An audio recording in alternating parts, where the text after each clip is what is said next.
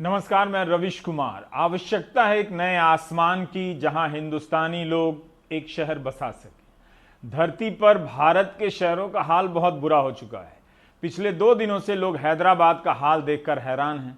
इसी तरह कभी पटना का हाल देखकर परेशान होते थे, कभी गुरुग्राम का, कभी चेन्नई का या पुणे का। पिछले ही महीने 10 सितंबर को तेलंगाना सरकार ने हैदराबाद को हाई फाई बनाने की योजना लॉन्च की थी। योजना का यही नाम है। आजकल वाईफाई से जोड़ देने पर शहर हाई फाई हो जाता है, जैसे वाईफाई लगवाना बांध बनवाने जैसा कोई बड़ा काम हो। 48 घंटे की बारिश में हाई फाई हैदराबाद हवा हवाई हो गया। जिस शहर में बारिश के पानी की निकासी की ढंग की व्यवस्था ना हो, उसके बारे में अखबार लिखते हैं कि हैदराबाद को ग्लोबल लाइफस्टाइल की मंजिल के रूप में प्रमोट किया जाएगा।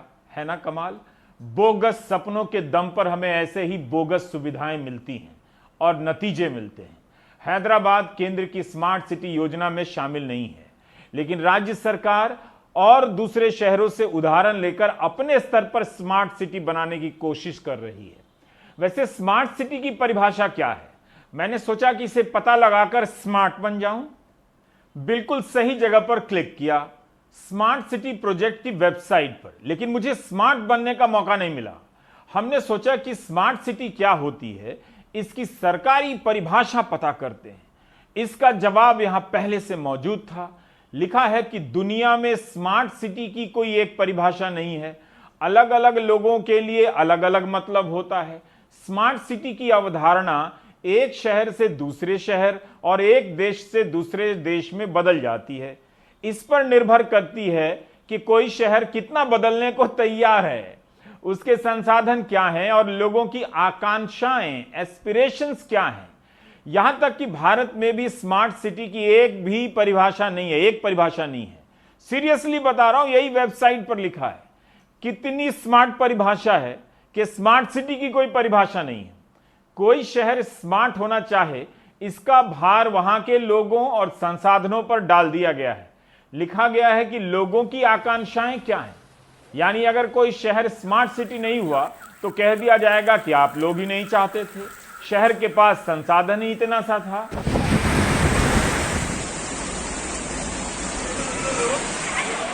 बारिश जब भी किसी शहर की परीक्षा लेती है, सारे शहर बिना नंबर के फेल होते हैं। हैदराबाद भी फेल हो गया। अक्सर इन तस्वीरों को वायरल वीडियो बनाकर छोड़ दिया जाता है। देखने वालों की स्मृति में इससे कोई फर्क नहीं पड़ रहा है, क्योंकि इसके बाद भी शहरों का हाल नहीं बदलता। तेलंगाना में 30 लोग मर गए। भारत में जहां कोरोना से 1,10,000 से अधिक लोग मर चुके हैं, उस महामारी को लेकर उफ तक नहीं हुई है। फिर भी हम यकीन करना चाहेंगे कि कोई सिस्टम में इस बात से दुखी होगा कि 30 लोग मर गए हैं। सामान्य बारिश में भी शहर का ऐसा ही हाल होता है। थोड़ी अधिक बारिश होते ही पानी सर से ऊपर गुजरता है और अगले दिन शहर फिर से सामान्य हो जाता है। जैसे 15 अक्टूबर के रोज हैदराबाद में जब धूप निकली तो लोग सामान्य होने लगे। लेकिन सोचिए, अगर इसी तरह नाले का गंदा पानी शहर के घरों में, मोहल्लों में, कॉलोनियों में घुसकर तबाही मचाता रहे तो क्या होगा?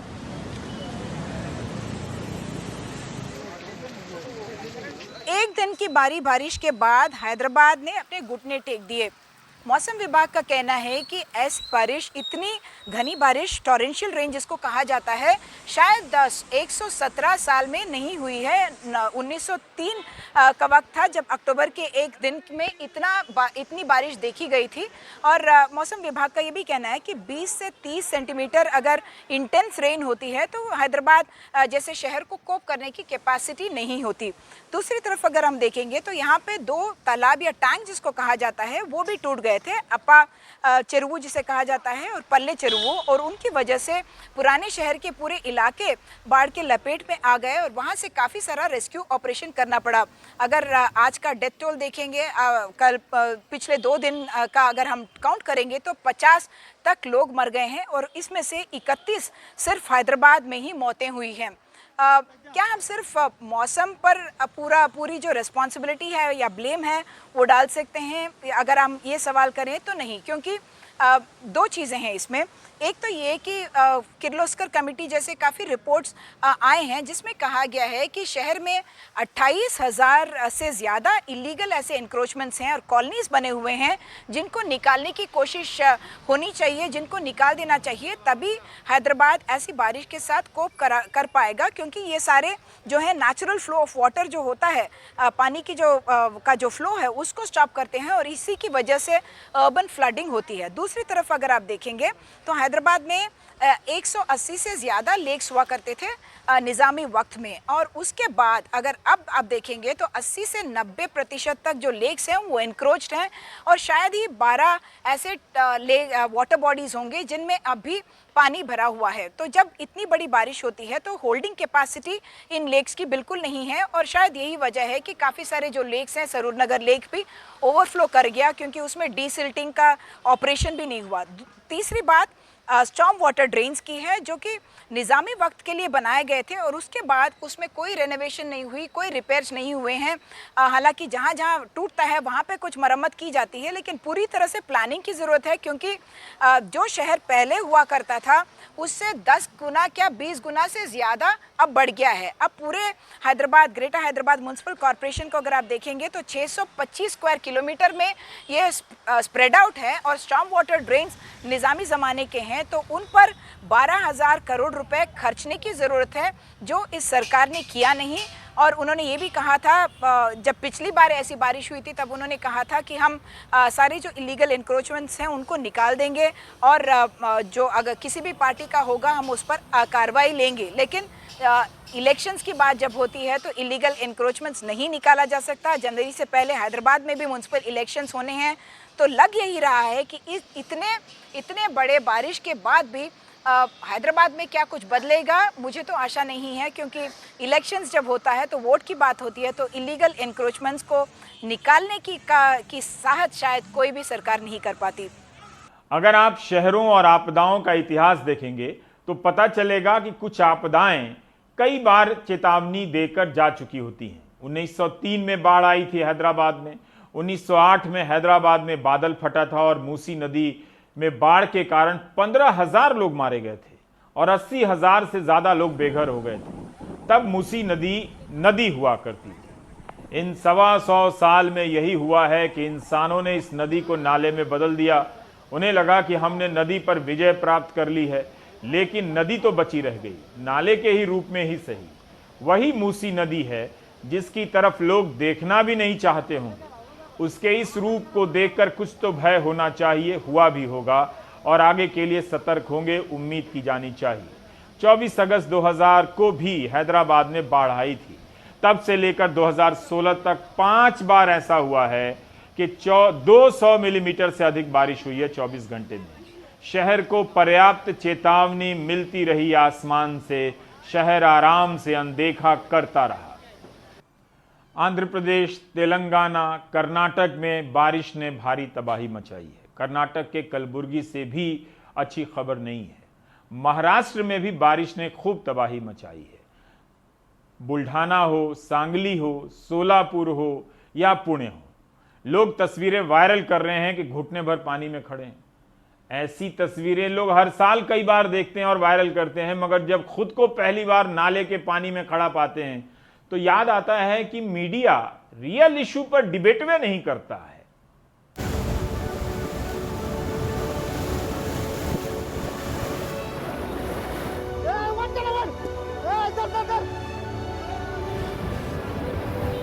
मूसलाधार बारिश महाराष्ट्र के कई हिस्सों में बड़ी तबाही लाई है।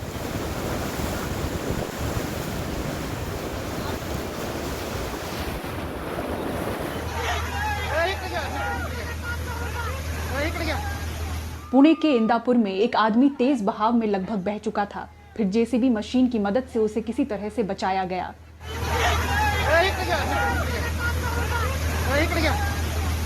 सांगली में भी बाढ़ जैसे हालात नजर आए। पानी में फंसे बुजुर्गों को लोग अपने कंधों पर उठाकर सुरक्षित जगह ले गए।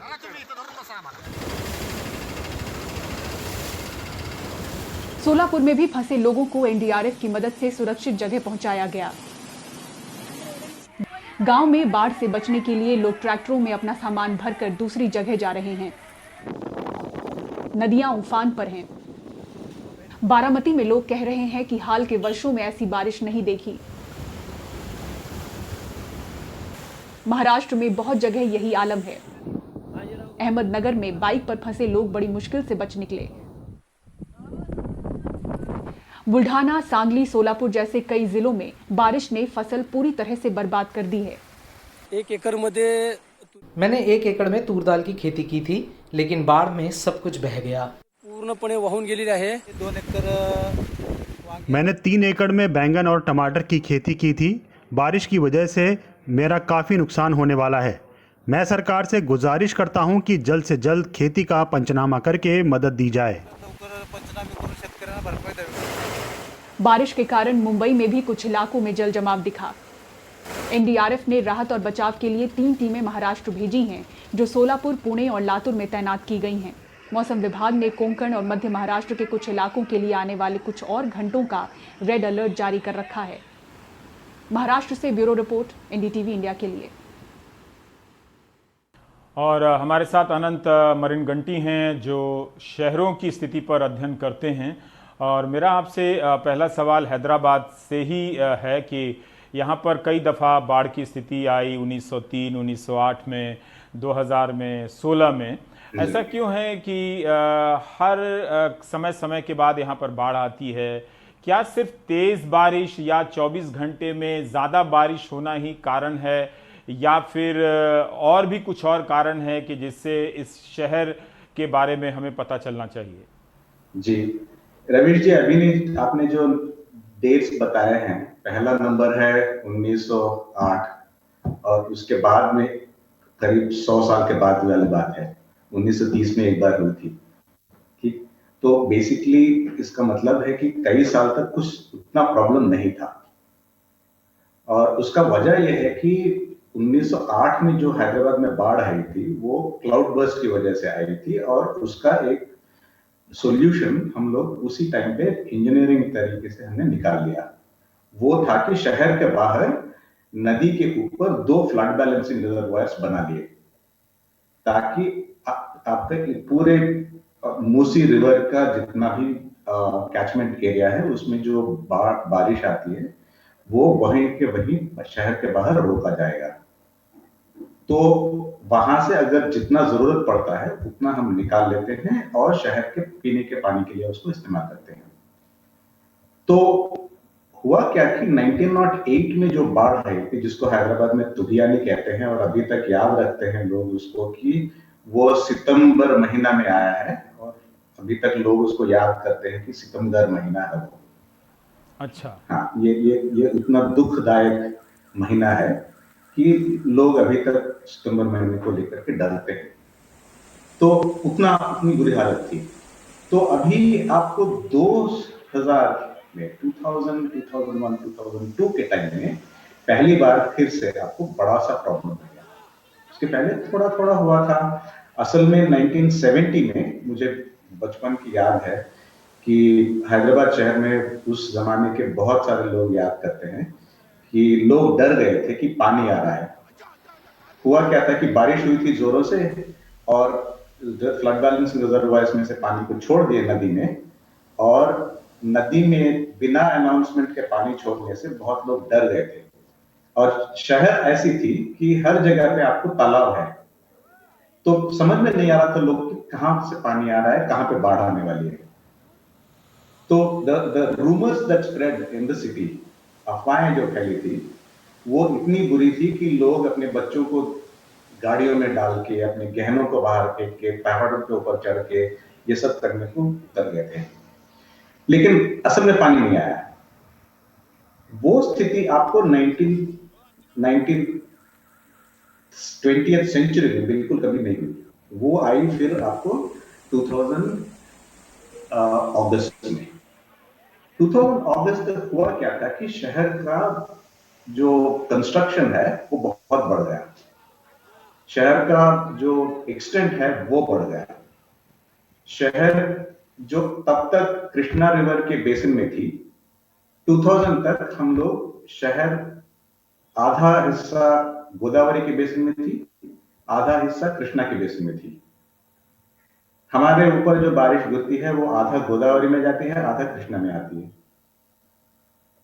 ये प्रॉब्लम जो है पूरा एग्रीकल्चरल लैंडस्केप को बदल डालने से हुई। और मतलब आपने नदी के इलाके में अपना शहर बना लिया, नदी के जब शहर बड़ा होने लगा तो। हाँ, तो जी, खास करके एक चीज हमको ये याद रखना है कि हर एक इलाके का, हर एक शहर का एक खास टेरेन होती है। आपको कोस्टल एरिया में जाएंगे तो डेल्टा एरिया होगा, कैलकाटा है, कैलकाटा में आपको ईस्टर्न वेटलैंड्स होंगे। आपको मुंबई जाएंगे तो आपको कोस्टल एरिया वहां का कुछ और वेटलैंड्स होंगे। हैदराबाद का यह है कि ये डेक्कन प्लेटो के ऊपर है और यहाँ पे जब बारिश गिरती है तो वो 4 अलग अलग डायरेक्शन में बह जाता है। इमीडिएटली जो बहती है यहाँ पे आपको एक डायरेक्शन में नहीं जाती है क्योंकि पहाड़ी इलाका है, छोटे पहाड़ है। तो आप हैदराबाद शहर के अंदर ही देखें, पुराना जो शहर था उसके अंदर अंदर आपको करीब 200 तालाब मिलेंगे।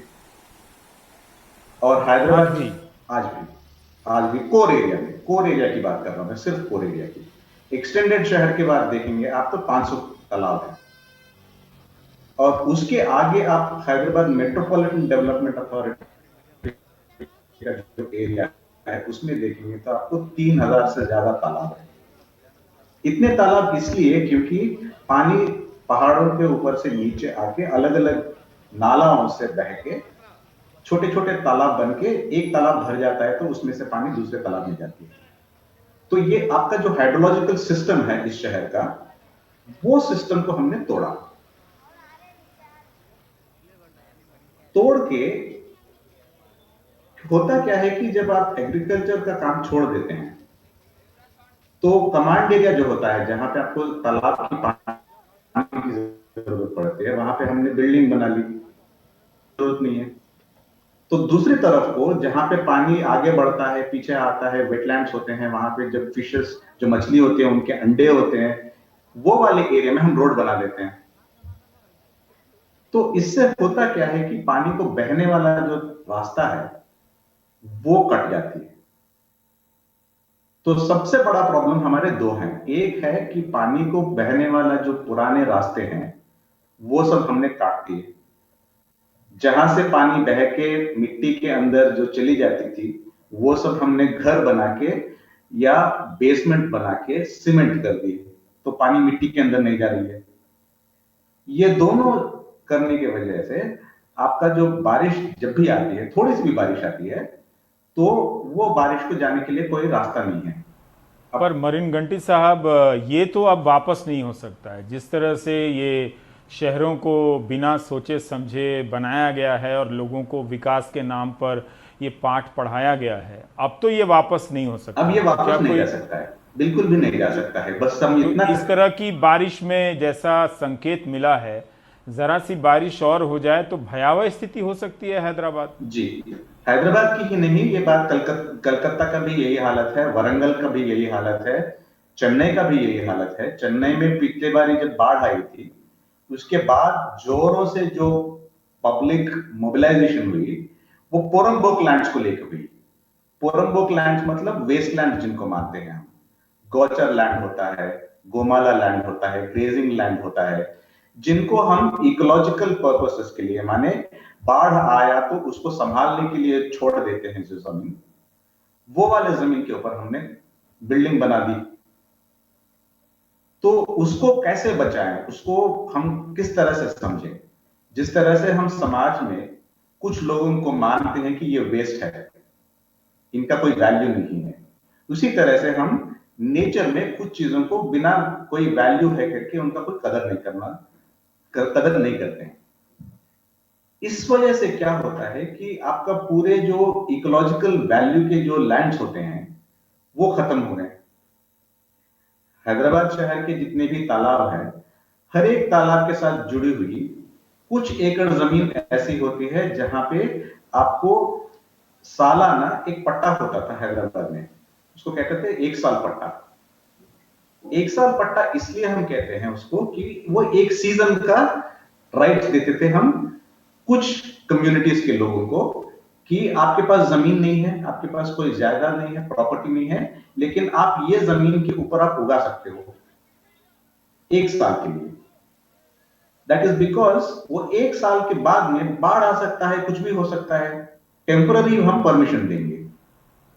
वहाँ हमने एक तरह से परमानेंट स्ट्रक्चर परमानेंट बनाया स्ट्रक्चर है। बना दिए हैं अभी वहां पे। तो अनंतपुरन गड्डी साहब, मेरा यही सवाल है कि चेन्नई में जब बाढ़ आई थी तब वहाँ हमने किया था कि कैसे नदी के किनारे की ज़मीन को कब्ज़ा करके सरकारी तौर पे, कि सरकारें भी तो कब्ज़ा करती हैं, जिसको अधिग्रहण करते हैं, एक्विजिशन कहते हैं जी और आम लोग जब कब्जा करते हैं तो उसे एनक्रोचमेंट कहते हैं। जी। तो उसके वजह से शहर में इतना पानी भर गया था कि अब लोग भूल गए होंगे जी। कि दो दो मंजिला का मकान भी डूबने लगा था। जी। हम मूसी नदी के बारे में जानते हैं, क्योंकि भारत में तो सारे लोग सिर्फ गंगा नदी के बारे में जानते हैं और नर्मदा के बारे में जानते हैं। जी। थोड़ा आप बताएंगे कि ये नदी कैसे नाले में बदल दी गई बाकी शहरों की नदियों की तरह? जी, मूसी नदी जो है ये कृष्णा नदी का एक उपनदी है और इसकी पूरी लंबाई आप देखेंगे तो 100 मील की है। छोटी सी नदी है और सीजनल नदी है। सीजनल नदी माने आपको बारिश के मौसम में इसमें पानी होती है। तो असल में 1908 में जब तुगयानी हुई थी, उस तक हमने इसके बारे में ज्यादा सोचे नहीं। 1908 में 1908 सदी में जब पहली बार बाढ़ हुई थी तो उस जमाने के बहुत सारे अलग अलग कहानियां सुनाते हैं अभी भी कि उस जमाने के जो निजाम नवाब थे वो पानी में उतर के महाआरती दिए थे तो पानी पीछे चला गया। अब वो हुआ या नहीं हमें पता नहीं है, लेकिन अभी तक वहां पे एक इमली की पेड़ है जिसको लोग अभी तक पूछते हैं कि ये वाली पेड़ से हम 200 लोगों की जान बच गई। तो इस तरह की छोटी छोटी चीजें बहुत है, लेकिन ये मूसी नदी हैदराबाद को छोड़ के बाहर जाके कृष्णा नदी में मिल जाती है। छोटे छोटे रास्ते में बांध है। इसके 2 हिस्से हैं, एक मूसा है, दूसरा ईसा है। तो 1908 की जो बाढ़ हुई थी उसके बाद हैदराबाद स्टेट में किसी भी तरह से हमको थोड़ा सा अलग तरीके से, मॉडर्न तरीके से, इंजीनियरिंग तरीके से सोचना चाहिए करके हैदराबाद में 3-4 चीजें किए थे। एक किए थे हम सिटी इंप्रूवमेंट बोर्ड, जिसको आरआई बल्दिया कहते हैं। This is an organisation, government sponsored organisation है, प्लानिंग बॉडी है। वो शहर को किस तरह से सुधारे इसके बारे में सोचते हैं। ये उस समय की बात है? उस समय की बात है, 1912 में बनी थी। और 1912 के बाद में सिटी इंप्रूवमेंट के बोर्ड के हिसाब से बहुत सारे एरियाज को इंप्रूव किए थे, रोड बनाए थे, नए कॉलोनीज बनाए थे, वो सब हुआ था। वो एक इंटरवेंशन था। दूसरा ये था कि सैनिटेशन का। तो हैदराबाद शहर में 1922 तक हम 2 अलग अलग लाइंस बना दिए थे, एक सुवेज के लिए, एक स्टॉर्म वाटर के लिए। 2 अलग सिस्टम थे पानी को निकालने के लिए। अब तीसरा हमने ये किया कि शहर के बाहर, शहर में नदी आने से पहले ही हम 2 बड़े रिजर्वायर्स बना दिए। तो जो भी सीजनली पानी शहर में आता था वो भी हमने वहां पे रोक लिए बांध में। ठीक, तो शहर पार करने के बाद में और छोटे छोटे तालाबों से जो पानी आता है वो जाके कृष्णा नदी में मिल जाती है। लेकिन ये हैदराबाद शहर के और नदी का उद्गम स्थान है, उन दोनों के बीच में जो पानी होता है वो शहर के बाहर में रुक जाती है। अभी क्या हुआ कि उसके बाद 1920 टू 23 से लेके अभी तक हैदराबाद शहर के पानी के लिए हम 100 किलोमीटर, 150 किलोमीटर दूर तक चले गए हैं। गोदावरी से पानी लाते हैं, कृष्णा से पानी लाते हैं, पंप करके ऊपर से पानी लेके आते हैं और ऊपर से हम ग्राउंड वाटर लेते हैं, भूगर्भ जल। तो ये दोनों मिलके हम नदी के अंदर जो वेस्ट वाटर डाल देते हैं अलग अलग तालाबों के माध्यम से, क्योंकि कई जगह पे ऐसा है हैदराबाद में कि आपको अंडरग्राउंड ड्रेनेज नहीं है। पर्टिकुलरली जो आपका वेस्टर्न साइड में जो शहर बनी है उसके लिए आपको कोई अंडरग्राउंड ड्रेनेज नहीं है। तो जो वेस्ट वाटर जो आती है जी। वो पूरा नालाओं से लेकर के आपको तालाब में जाकर के, तालाब में से जाकर के फिर से नदी में आ जाती है। ये वेस्ट वाटर जो है, ये यहाँ का इस एरिया का पानी ही नहीं है, उसके ऊपर से हम नदी में से 150 किलोमीटर दूरी से जो पानी लाए हैं वो है। तो मैं ये समझ रहा हूं कि बारिश का एक इतिहास है हर इलाके का, जैसा कि आपने बताया।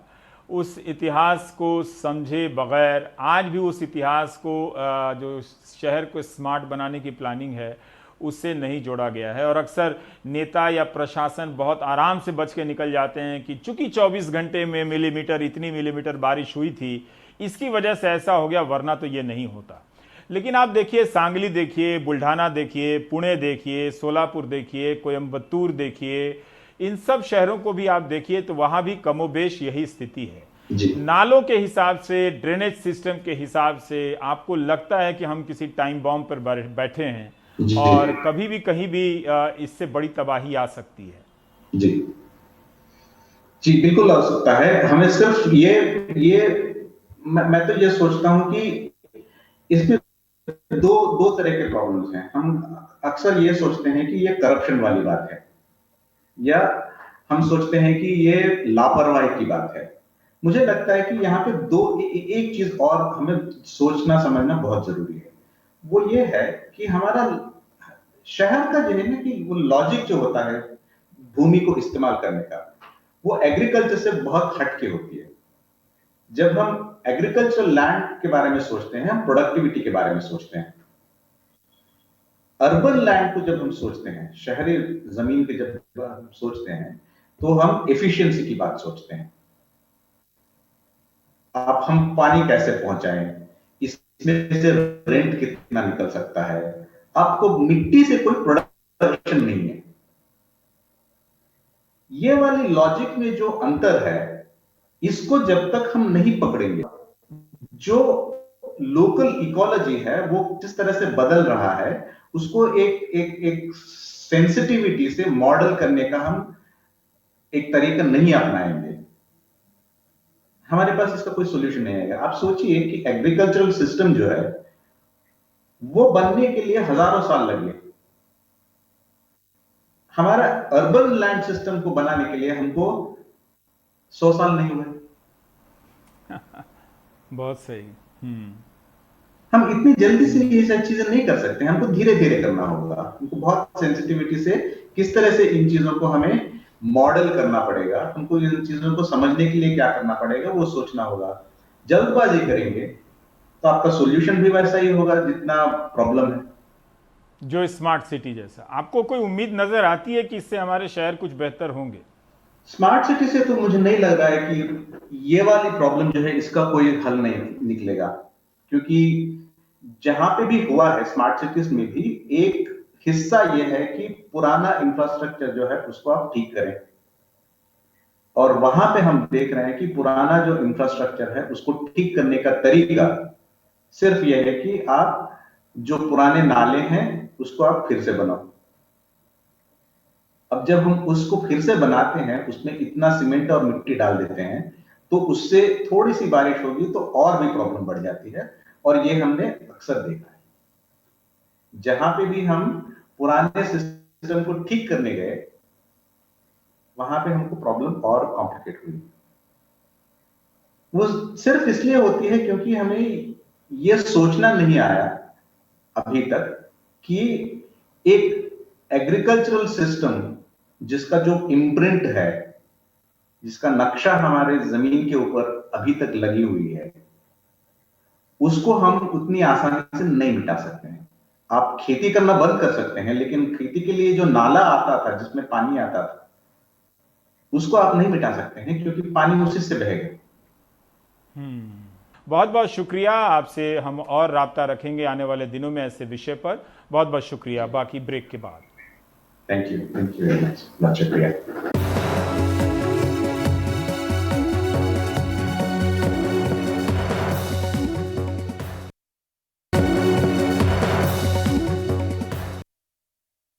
कई बार स्वाभाविक रूप से हम सभी का ध्यान किसी एक घटना पर केंद्रित हो जाता है, मगर उसमें भी उम्मीद यही रहती है कि सिस्टम्स ऐसी घटनाओं के लिए और सभी के लिए बराबर से काम करे, पेशेवर तरीके से काम करे। हाथरस मामले में इलाहाबाद हाई कोर्ट के सामने यूपी पुलिस को जवाब देते नहीं बना, लेकिन क्या इससे सिस्टम में कोई बेहतरी आती है? गाजियाबाद से मुकेश सिंह सेंगर की एक रिपोर्ट है। एक लड़की की कथित रूप से बलात्कार के बाद हत्या कर दी गई। आरोपी ने कबूल भी किया, पुलिस ने आरोपी को छोड़ दिया, और जब वो वीडियो, पूछताछ का वीडियो वायरल हुआ, तब पुलिस उस आरोपी को ढूंढ रही है। सोचिए कि आम आदमी को क्या हर जांच के लिए, हर अपराध की जांच के लिए क्या न्यूज चैनल के पास जाना पड़ेगा? तो फिर आईपीएस बनने से क्या फायदा है? तो फिर दरोगा बनने से क्या फायदा है? तो फिर पुलिस सिस्टम से क्या फायदा है? सर मैंने कुछ नहीं करा सर, मैंने ऐसे करके बस उसे पकड़ा था। लड़की को तू ये सारी घटना देख रहा था। खालिद नाम के इस शख्स का पूरा कबूलनामा दिखाने लायक नहीं है। वो बताता है कि किस तरह उसके जीजा ने 10 साल की बच्ची के साथ रेप किया और फिर उसकी हत्या कर दी। ठीक है, तब मैं आया हूँ। हैरानी की बात यह है कि सब सुनने के बावजूद लोनी पुलिस ने राजू और खालिद को पूछताछ के बाद छोड़ दिया। आज हम कहते रहे मर्डर है, लेकिन वे कहते रहे मर्डर नहीं है, खुदकुशी है। उसने खुदकुशी करी। मेरी 9 साल की बच्ची 10 फुट ऊपर कैसे पहुंचती? 9 साल के बच्ची के तो मन में भी ऐसा कुछ नहीं आता। हंसी खुशी ईद का दिन था, मैं उसे 15-20 मिनट के लिए छोड़ के गया।